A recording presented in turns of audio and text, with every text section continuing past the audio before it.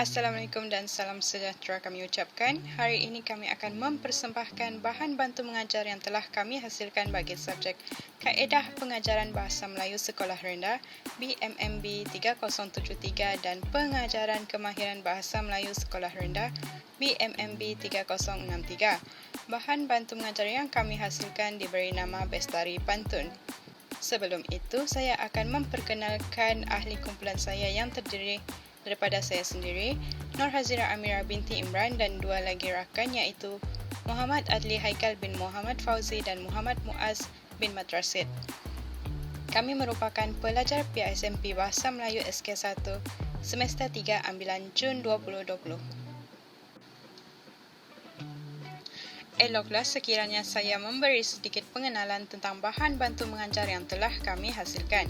Bahan ini dinamakan Bestari Pantun dan bertujuan untuk membantu murid memahami dengan lebih jelas tentang pantun dari segi definisi, cara melafazkan pantun serta menulis pantun melalui nota ringkas, soalan uji minda dan aktiviti permainan yang telah disediakan. Berikut merupakan kod QR yang telah kami hasilkan bagi membolehkan orang ramai untuk mengakses nota yang telah dimuatkan ke laman web SlideShare. Standard kandungan dan standard pembelajaran yang dipilih adalah berdasarkan di SKP tahun 4, yang mana standard kandungannya adalah 2.3, iaitu membaca dan mengapresiasi karya sastra dan karya bukan sastra, manakala standard pembelajaran yang dipilih pula adalah 2.3.1, iaitu membaca dan menganalisis kandungan teks karya sastra dan karya bukan sastra. Objektifnya pula adalah pada akhir pembelajaran, murid akan dapat membaca dan melafazkan pantun dengan intonasi yang tepat berdasarkan contoh yang disediakan. Seterusnya, murid dapat menghasilkan rangka pantun dengan menggunakan perkataan dan ejaan yang betul. Akhir sekali, murid dapat memberikan respons yang tepat terhadap soalan yang diberikan semasa sesi soal jawab. Kemahiran yang diketengahkan dalam bahan ini ada 3, iaitu kemahiran mendengar dan bertutur, kemahiran membaca, dan kemahiran menulis.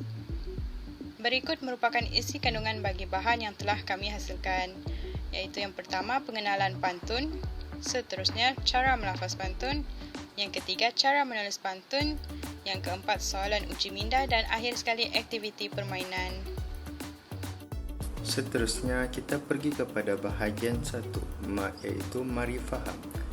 Di bahagian ini, kita menetapkan fokus utama kita kepada kemahiran membaca. Pertama sekali, kita pergi kepada pengenalan pantun. Pantun terdiri daripada 2 bahagian sama banyak rangkapnya, iaitu bahagian pembayang dan diikuti dengan maksud pantun. Bahagian pembayang bagi pantun 4 karat terdiri daripada 2 ayat pembayang dan 2 ayat maksud. Bagi pembayang pantun 8 karat pula, 4 ayat pembayang dan juga 4 ayat maksud. Dan demikianlah seterusnya. Berikut merupakan ciri-ciri pantun, maksud dan pembayang.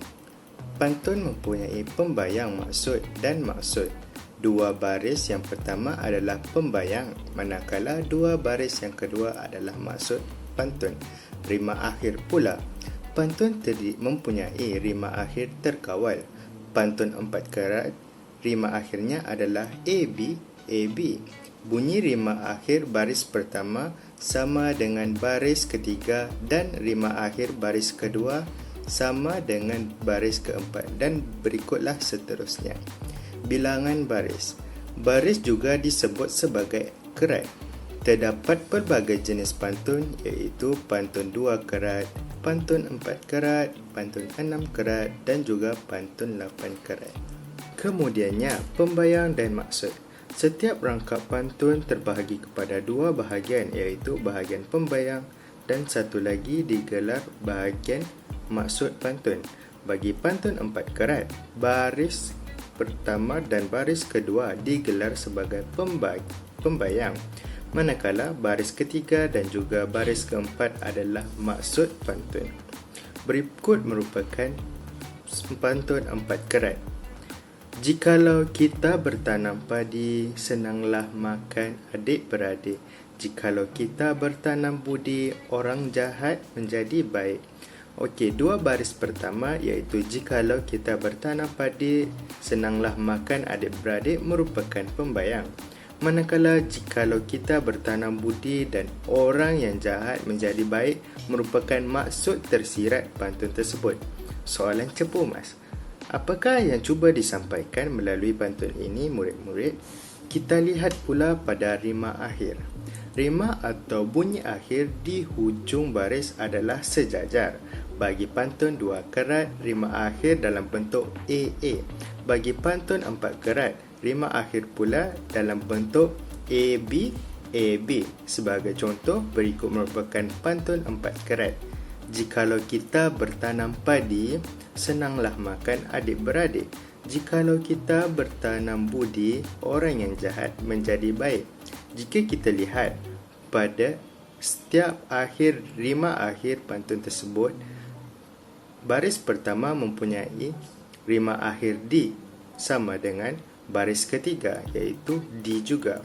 Pada rima akhir baris kedua B iaitu D mempunyai persamaan dengan rima akhir di baris keempat iaitu A. Soalan cepu emas. Apakah rima akhir bagi pantun ini?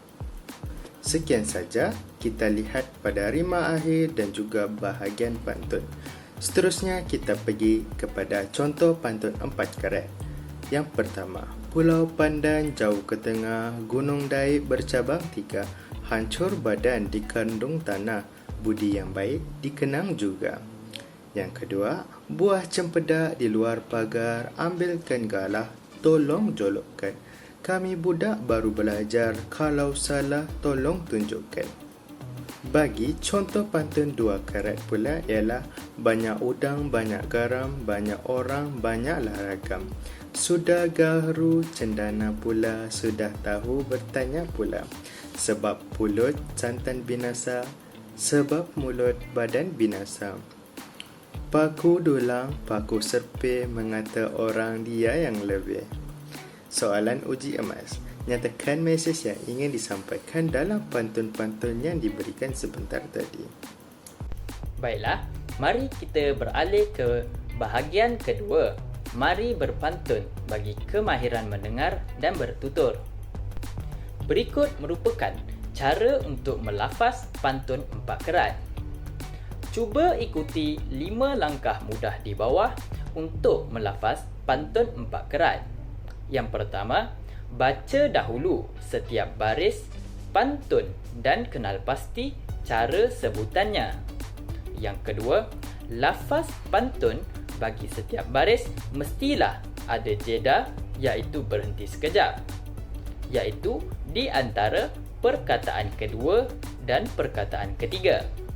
Yang ketiga, intonasi bagi baris pertama dan ketiga adalah sama, manakala intonasi bagi baris kedua dan keempat juga adalah sama. Yang keempat, elakkan melafaz pantun terlalu laju. Dan yang kelima, lafazkan pantun dengan bersahaja. Lafaz pantun bagi setiap baris mestilah ada jeda, iaitu berhenti sekejap di antara perkataan kedua dan perkataan ketiga. Mari kita lihat contoh melafaz pantun 4 kerat. Dedalu melata menumpang perumah, senang kelihatan, senang diperhati. Jika kita duduk di rumah, virus jangkitan boleh dihenti. Baiklah, untuk lebih memahami cara melafaz pantun yang sebenar, mari kita menonton tayangan klip video berkaitan cara melafaz pantun menerusi pautan yang telah disediakan. Baiklah, kita telah menonton video berkaitan cara melafaz pantun dengan betul. Seterusnya, mari kita baca pantun ini dengan nada dan intonasi yang betul. Kemudian, bincangkan maksud bagi setiap rangkap pantun tersebut. Kenal pasti perkataan yang tidak difahami dan bincangkan maknanya. Baiklah, Pantun budi. Rangkap yang pertama. Terang bulan, terang dipaya. Anak kambing memakan rumput. Jika tak kenang kepada saya, nama yang baik tidak tersebut. Rangkap yang kedua. Anak merak mati tersangkut. Mati dipanah Seri Rama. Resam di dunia juga disebut. Orang yang mati meninggalkan nama. Rangkap yang ketiga. Anak itik terenang-renang. Air pasang tenang-tenangan. Budi sedikit bisa kan hilang.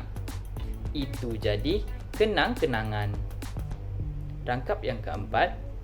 Anak ikan berlima-lima. Mati ditimpa unggur berdaun. Kasih Tuan saya terima. Sebagai hutang 1000 tahun. Rangkap yang kelima. Payah kami menabur padi. Nenas juga ditanam orang. Payah kami menabur budi. Emas juga dipandang orang. Rangkap yang keenam. Tinggi bukit gilang gemilang. Air laut tenang-tenangan. Budi sedikit tidakkan hilang. Itu menjadi kenang-kenangan. Rangkap yang ketujuh. Jentayu burung jentayu. Hinggap di balik pokok mayang. Bunga kembang akan layu. Budi baik bilakan hilang. Rangkap yang ke-8. Biarlah orang bertanam buluh. Mari kita bertanam padi. Biarlah orang bertanam musuh. Marilah kita bertanam budi. Dan rangkap yang terakhir. Ayam jantan si ayam jalak. Jaguh siantan nama diberi. Rezeki tidak saya tolak. Musuh tidak saya cari. Seterusnya, kita masuk pula kepada bahagian 3, iaitu uji minda yang akan mengetengahkan kemahiran mendengar dan bertutur, kemahiran membaca dan kemahiran menulis. Bagi latihan 1, murid diminta untuk mengisi tempat kosong dengan perkataan yang tepat dengan merujuk kepada rima akhir pada baris pertama pembayang. Latihan ini akan menguji kemahiran membaca dan kemahiran menulis murid. Seterusnya, latihan yang kedua pula mengkehendaki murid untuk mengisi tempat kosong dengan perkataan yang sesuai bagi melengkapkan maksud pantun berdasarkan rima akhir pada baris pembayang. Latihan ini turut menguji kemahiran mendengar dan bertutur, iaitu murid perlu memberi respons kepada arahan guru, kemahiran membaca dan kemahiran menulis. Dalam latihan 3 pula, murid perlu melengkapkan baris pantun dan membincangkan isi yang tersurat dan tersirat yang cuba disampaikan dalam pantun tersebut. Latihan ini turut mengaplikasikan ketiga-tiga kemahiran, iaitu kemahiran mendengar dan bertutur, kemahiran membaca dan akhir sekali kemahiran menulis. Selanjutnya, bahan ini juga mengandungi bahagian 4, iaitu mari tulis pantun yang mengetengahkan kemahiran menulis. Murid perlu memilih satu tema dan menghasilkan 5 rangkap pantun 4 kerat berdasarkan tema yang telah dipilih. Kemudian terangkan maksud yang ingin disampaikan dalam pantun tersebut. Akhir sekali, murid perlu menghasilkan sebuah ulasan berdasarkan kefahaman terhadap pantun yang telah dihasilkan atau dibaca. Baiklah, seterusnya mari kita beralih ke bahagian yang kelima, iaitu mari bermain bagi kemahiran membaca, menulis, mendengar dan bertutur. Selesai sudah kita belajar tentang maksud pantun, ciri-ciri pantun dan juga rima akhir pantun. Seterusnya, kami menerapkan permainan interaktif. Sila scan barcode di atas. Dalam permainan ini, murid-murid dikehendaki untuk menjawab soalan sebaik mungkin dengan betul. Hal ini dapat memperkukuhkan lagi kekuatan mereka tentang ciri-ciri pantun yang terdapat dalam permainan ini.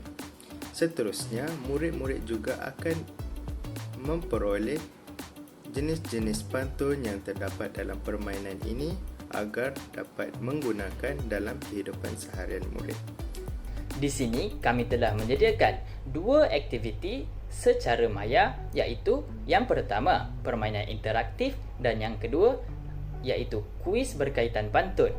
Kedua-dua permainan ini boleh diakses menerusi pautan yang telah disediakan ataupun mengimbas QR code yang telah disediakan.